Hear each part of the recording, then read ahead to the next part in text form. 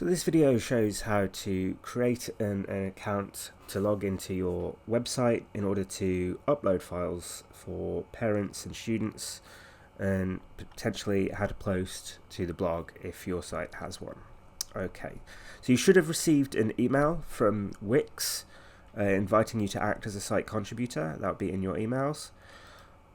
And that looks like this. This is without the images. If we were to download the images, it would look like this. So just click accept now,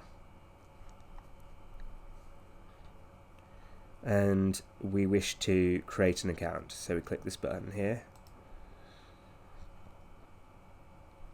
It pre-fills your email, so you just choose a password and click sign up.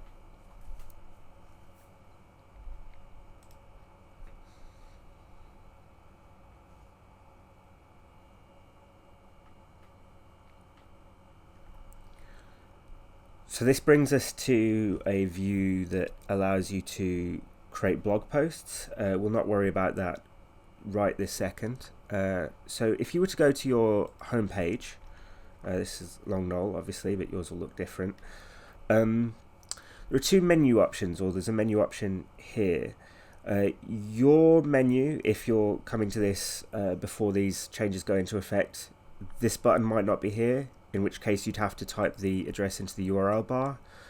I suppose that would have been supplied to you in an email, hopefully. If not, then I suppose you'll have to ask somebody who knows. Okay, so if we go to handouts, the menu might be named slightly differently in your case, but it'll be either children, class pages, classwork handouts, and this is the page that we wish to use to log in. And so the button to log in is here on this site at the bottom. I believe on most sites it's going to be at the top in this area, but on this site it's at the bottom. So you just click login and you type your email address,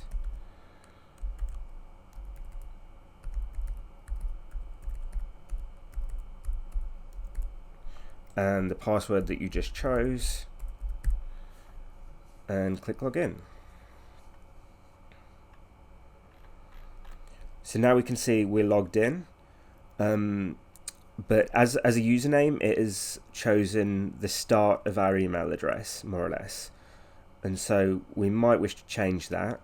To do that, we'd just go to profile, I believe,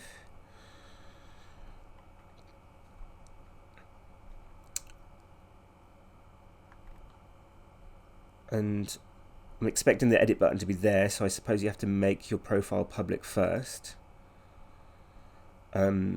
This warning discusses comments, chatting, stuff, likes. I'd ignore all of that. Most of those features are disabled. And confirm. So now we're able to press the edit button, and I suppose since most of you are teachers, you'd maybe write your name like this. And also, this is optional, but you can change your profile picture. Could use whatever you like, either a picture of yourself or what we've done as a default is to use the school logo, and press save. And so that's how to create an account, how to log in, and how to change your profile name and your profile picture. Okay, moving on to the next thing.